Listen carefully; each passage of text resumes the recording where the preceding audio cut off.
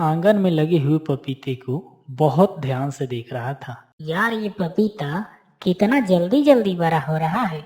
अभी 5 दिन ही हुए हैं इस पपीते को लगाए हुए और देखो कितना बड़ा हो गया। कहीं ये पपीता जादुई पपीता तो नहीं है ना? क्योंकि नॉर्मल पपीते को बड़ा होने में महीनों लग जाते हैं और ये 5 दिन में फल भी देने लगा। मुझे इसके बारे में भैया से बात करना पड़ेगा।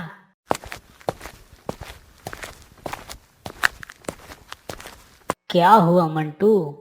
बीच आंगन में खड़े होकर के अकेले अकेले क्या सोच रहे हो? भैया, मैं सोच रहा हूँ कि 5 दिन में ये पपीता इतना बड़ा कैसे हो गया, क्योंकि नॉर्मल पपीते को बड़ा होने में महीनों लग जाते हैं। अरे मंटू, ये पपीता शायद हाइब्रिड वाला होगा, इसीलिए इतना तेजी से बढ़ रहा है। फिर भी भैया, 5 दिन में कौन सा पपीता इतना बड़ा हो जाता है? और इतना बड़ा होकर के देखिए फल भी देने लगा। चाहे जैसे भी बड़ा हो रहा हो, इससे हमें क्या लेना देना। फायदा तो हम ही लोग का हो रहा है ना। इतना जल्दी फल दे रहा है तो अच्छी बात है कि नहीं, बताओ। आपकी बात तो सही है भैया, लेकिन मुझे लग रहा है ना कि ये एक जादुई पपीता है, तभी इतना जल्दी जल्दी बड़ा हो रहा है। ठीक है, चलो मैं तुम्हारी बात मान लेता हूँ, यह एक जादुई पेड़ है। लेकिन एक बात बताओ, इतने दिनों से लगने के बाद भी मुझसे या तुझसे इसने बात किया? नहीं किया ना? और बताओ, हमारी माँ क्या कहा करती थी कि जादुई पेड़ इंसान से बातें किया करते हैं। अब बोलो, इसने ना तुमसे बात किया ना हमसे बात किया, तो ये जादुई पेड़ कैसे हुआ? भैया, क्या पता ये पेड़ गूंगा हो, शायद इसीलिए हम लोगों से नहीं बोल पा रहा होगा।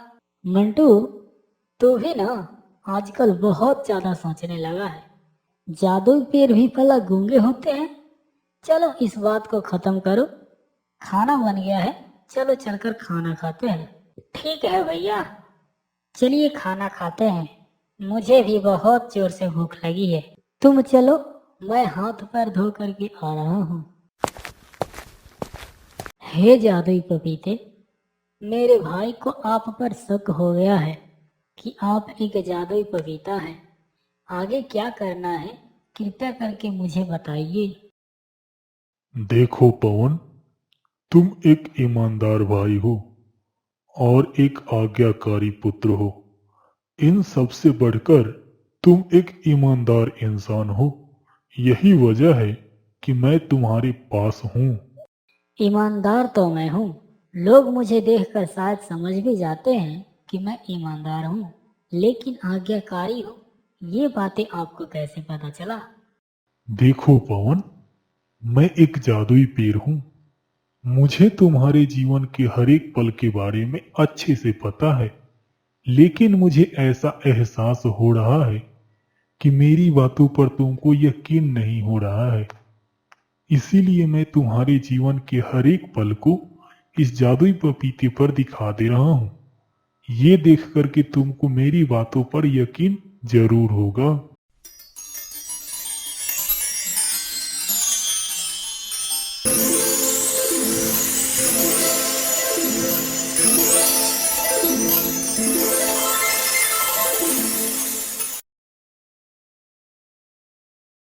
बेटा पवन, तुम्हारे पिताजी को गुजरे हुए आज पूरे 10 वर्ष हो गए हैं। अब मुझे ऐसा एहसास हो रहा है कि मेरा भी वक्त हो गया है तुम्हारे पिताजी के पास जाने का। नहीं माँ, तुम ऐसा क्यों बोल रही हो? तुम हम दोनों भाइयों को छोड़ करके कहीं नहीं जाओगे, वरना तुम देखते ही हो कि चाची हम लोगों पर कितना जुल्म करती है, और तुम हम लोगों को ऐसे हालात में छोड़ करके जाओगे तो हम किसके सहारे रहेंगे इस दुनिया में? बेटा, मैं जानती हूँ कि मेरे जाने के बाद इस दुनिया में तुम्हारा कोई नहीं रहेगा, लेकिन जिसका कोई नहीं रहता है उसका सहारा भगवान रहता है। इसीलिए मैं भगवान के भरोसे तुम्हें छोड़ के जा रही हूँ। और हाँ, साथ ही साथ तुम्हारे छोटे भाई की जिम्मेदारी भी तुमको देते हुए जा रही हूँ। मेरे जाने के बाद तुम इस घर में एक पल भी मत रुकना बेटा, क्योंकि मेरे जीते जी तुम लोगों के ऊपर इतना जुल्म करते हैं ये लोग। तो मैं नहीं रहूंगी तो पता नहीं ये लोग तुम्हारे साथ क्या करेंगे। इसीलिए इस घर को छोड़ के अपने भाई के साथ कहीं और चले जाना। माँ, तुम ऐसी बातें मत बोला करो, तुम्हें कुछ नहीं होगा। मैं जानता हूँ कि चाची हम लोगों के ऊपर बहुत जुल्म करती है, इसीलिए कल सुबह होते ही हम लोग तुम्हारे साथ इस घर को छोड़ के कहीं और चले जाएंगे। लेकिन तुम हम दोनों भाइयों को छोड़ करके कहीं मत जाओ माँ। नहीं बेटा, मेरा जाने का वक्त पूरा हो गया है। तुम मुझसे एक वादा करो कि तुम अपने भाई का साथ कभी नहीं छोड़ोगे। तुम जहाँ भी रहोगे, जैसे भी रहोगे, अपने भाई को हमेशा अपने साथ में रखोगे। माँ, मैं तुमसे वादा करता हूँ कि मैं अपने भाई को कभी अपने आप से अलग नहीं करूँगा, हमेशा अपने साथ ही रखूँगा। पवन इतनी बातें बोल ही रहा था कि तब तक उसकी माँ इस दुनिया को छोड़ के चली जाती है। पवन अपने माँ के पास ही रोने लगता है। पवन की रोने की आवाज़ सुनकर के पवन के छोटा भाई मंटू भी आ जाता है और अपनी माँ को देख करके रोने लगता है। दोनों भाइयों की रोने की आवाज़ सुन करके उसकी चाची आती है और बोलती है, अरे क्या हुआ तुम दोनों को?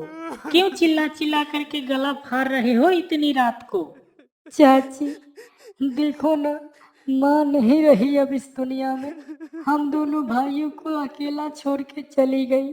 मंटू की चाची ऐसी बातें सुन करके घबरा जाती है और अपने कमरे में जा करके अपने पति से बोलती है, क्या जी, आप यहाँ पर बैठ के आराम कर रहे हो और वहाँ पर तुम्हारी कलमुही भाभी मेरे सीने पर दो दो पहाड़ छोड़ के चली गई। पता नहीं मैं कैसे जीऊंगी इस पहाड़ का बोझ लेकर के। अरे भाग्यवान, क्या हो गया? क्यों ऐसे चिल्ला रही हो? अरे जा करके देखो, तुम्हारी भाभी मर गई और अपने दोनों बेटे को मेरे सर के ऊपर छोड़ के चली गई। अपनी बीबी के मुंह से ऐसी बातें सुन करके मंटू के चाचा मंटू के कमरे में जाता है और अपने दोनों भतीजे को रोते हुए देखता है और उन दोनों को समझाता है। देखो पवन, तुम दोनों रोना बंद करो।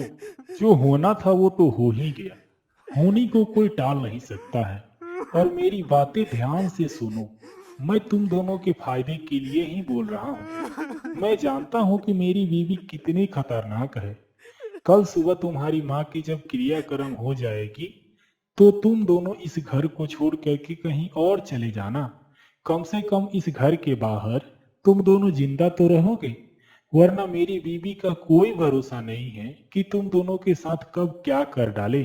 ठीक है चाचा, आप कल सुबह मेरी माँ की अच्छे से क्रियाक्रम करवा दीजिए, फिर हम दोनों भाई इस घर को हमेशा हमेशा के लिए छोड़ के चले जाएंगे। पवन और मंटू वो रात रोते रोते बिताते हैं। अगले दिन जब सुबह होती है तो पवन अपने चाचा और अपने भाई के साथ गंगा जी के किनारे जा करके अपने माँ का दाह संस्कार करता है। दाह संस्कार के होने के तुरंत बाद ही पवन के चाचा बोलता है, बेटा पवन, यह लो 500 रुपए। मैं चाहता हूँ कि तुम दोनों यहीं से किसी आश्रम की तलाश में निकल जाओ और वहां पर अपने भाई के साथ अच्छे से रहना और रास्ते में इन 500 रुपए से कुछ खा लेना और अपने भाई को भी खिला देना। मैं घर जाकर के अपने बीवी से बोल दूंगा कि पवन के ननिहाल वाले आए थे और उसको लेकर के गए। पवन के पास अपने चाचा की बात मानने के अलावा कोई और दूसरा रास्ता भी नहीं था। इसीलिए पवन अपने चाचा की वो 500 रुपये ले लेता है और वहीं से अपने भाई के साथ निकल जाता है। पवन और मंटू चलते चलते गांव से बहुत दूर चले गए थे। शाम होने वाली थी, सूरज भी अब डूबने ही वाला था। तभी मंटू बोलता है, भैया, मुझे भूख लग रही है और मुझसे पैदल भी नहीं चला जा रहा है। मैंने कल शाम का ही खाना खाया है। अरे मंटू, दूर दूर तक हम दोनों को कोई गांव भी नहीं दिखाई दे रही है और ना ही कोई दुकान दिखाई दे रहा है कि हम दोनों कुछ खरीद के खा सके। थोड़ा सा आगे चल, वहाँ एक मंदिर दिखाई दे रही है, वहाँ पे कुछ खाने को मिले या ना मिले, पीने के लिए पानी तो जरूर मिल जाएगा। फिर इस मंदिर में रात गुजारेंगे और कल सुबह निकल जाएंगे। फिर जैसे तैसे चलते चलते दोनों भाई उस मंदिर के पास पहुंचते हैं। मंटू को मंदिर के बाहर ही खड़ा करके पवन मंदिर के अंदर जाता है, इस भरोसे से कि मंदिर में प्रसाद ही सही कुछ तो मिलेगा, जिससे दोनों भाई खा करके अपनी भूख को थोड़ा बहुत शांत कर सके। उस मंदिर में एक पंडित जी रहते हैं, जिससे पवन बोलता है, पंडित जी, मेरा भाई इस मंदिर के बाहर खड़ा है और हम दोनों भाई बहुत दूर से पैदल चलते चलते आ रहे हैं। हम दोनों भाई को बहुत जोर से भूख लगी है। अगर आपके मंदिर में थोड़ा सा भगवान का प्रसाद है तो हम दोनों भाइयों को दे दीजिए, जिससे हम अपनी भूख को थोड़ा सा शांत कर सके। और कृपया करके हमें रात भर यहाँ रुकने की इजाज़त दे दीजिए। कल सुबह होते ही हम दोनों भाई यहाँ से चले जाएंगे। अरे बेटा, पहले तुम ये बताओ कि इतनी दूर से तुम पैदल चल के क्यों आ रहे हो? क्योंकि इस मंदिर के आसपास दूर दूर तक कोई गांव नहीं है। फिर तुम दोनों पर ऐसी क्या मजबूरी आ पड़ी कि तुम दोनों भाई इतनी दूर से पैदल चल के आ रहे हो? पवन की जो हालात थी वो सब पवन पंडित जी से बता देता है। फिर उसके बाद पंडित जी बोलते हैं, बेटा, तुम्हारे साथ तो सच में बहुत बुरा हुआ है, लेकिन मुझे बहुत दुख के साथ कहना पड़ रहा है कि मैं भी तुम्हारा कुछ मदद नहीं कर सकता हूँ। हाँ, अगर तुम इस मंदिर में रात भर ठहरना चाहते हो तो ठहर सकते हो, लेकिन खाने के लिए मेरे पास सिर्फ एक पपीता पड़ा हुआ है जो मैं अपने घर से लाया था। वो तुम दोनों भाई बांट करके खा लो, उसके अलावा मेरे पास कुछ नहीं है। आपका बहुत बहुत धन्यवाद पंडित जी, हमें वो पपीता दे दीजिए। मेरे भाई को बहुत जोर से भूख लगी हुई है। पंडित जी पवन को वो पपीता दे देते हैं। पवन उस पपीते को लेकर के मंटू के पास जाता ही है, तभी उस पपीते से आवाज आती है, पवन, अरे वो पवन, मैंने तुम्हारे बारे में सब कुछ सुना जो तुम पंडित जी से बता रहे थे। ये सब सुन करके मुझे बहुत बुरा लगा, इसीलिए मैं तुम्हारा मदद करना चाहता हूँ। अरे भैया, आप कौन बोल रहे हैं? कृपया करके सामने आकर के बोलिए। मैं पहले से ही अपनी किस्मत से डरा हुआ हूँ और मुझे मत डराया करिए। अरे पवन, मैं तुम्हें डरा नहीं रहा हूँ, मैं तो तुम्हारे हाथ में ही हूँ। मैं एक जादुई पपीता हूँ और मैं तुम्हारा मदद करना चाहता हूँ। अच्छा, तो आप मेरा मदद करना चाहते हैं? कैसे मदद करिएगा मेरा, बताइए। मेरा बस चले तो मैं तुम्हें दुनिया की सारी चीजें ला करके दे दूं, लेकिन अभी शाम हो गई है, सूरज ढल चुका है और शाम को मेरी शक्तियां काम नहीं करती है। अभी तो तुम दोनों भाइयों को सबसे ज्यादा भूख लगा हुआ है, इसीलिए तुम दोनों एक काम करो, इस पपीते को खा लो और इस पपीते के बीज को निकाल करके अपने पास रख लेना। और इस मंदिर से 1 किलोमीटर आगे जाओगे तो एक छोटा सा घर मिलेगा, वहां पर तुम दोनों भाई आराम से रह सकते हो और वहीं पर इस पपीते का बीज का रोपण कर देना। उसके बाद मैं तुम दोनों के साथ वहीं पर ही रहूंगा। पवन ठीक वैसा ही करता है। पपीते को लेकर के मंटू के पास जाता है और पपीते को काट करके दोनों भाई खाते हैं। और पवन इस पपीते के बीज को अपने पास रख लेता है और दोनों भाई उस रात मंदिर में ही रुकते हैं। फिर जब सुबह होती है तो पंडित जी का धन्यवाद करके दोनों भाई आगे के लिए निकल जाते हैं। आगे जब 1 किलोमीटर चलते हैं तो उन लोगों को एक घर दिखाई देता है, जैसे कि जादुई पपीता ने बताया था। पवन अपने भाई मंटू को लेकर के उस घर में चला जाता है और दोनों भाई इस घर में रहने लगते हैं। पवन उस पपीते का बीज इस घर के बाहर लगा देता है। मंटू, आज से हम दोनों भाई यहीं पर रहेंगे। भगवान इस घर को हम दोनों के लिए ही शायद बना करके यहाँ पर रखे हैं। हमारी माँ बिल्कुल सही कहा करती थी, जिसका इस दुनिया में कोई नहीं रहता है उसके साथ हमेशा भगवान रहते हैं। इतना बातें बोल करके दोनों भाई घर के अंदर चले जाते हैं। 1 घंटे बाद जब पवन घर से बाहर आता है तो देखता है कि पपीते का पौधा जमीन से बाहर आ गया है और वह पपीता पवन से बोलता है। अरे पवन, तुम बाहर आ गए। मैं तुम्हारा ही इंतजार कर रहा था। देखो, मैं तुमसे बता दे रहा हूं कि कृपया करके आने वाली पूर्णमासी तक किसी भी व्यक्ति को ये पता मत चलने देना कि मैं एक जादुई पपीते का पेड़ हूं, वरना मेरी सारी शक्तियां नष्ट हो जाएगी। यहां तक कि अपने भाई को भी मत बताना। ठीक है जादुई पपीते, मैं किसी से भी नहीं बताऊंगा कि आप एक जादुई पपीते का पेड़ हैं।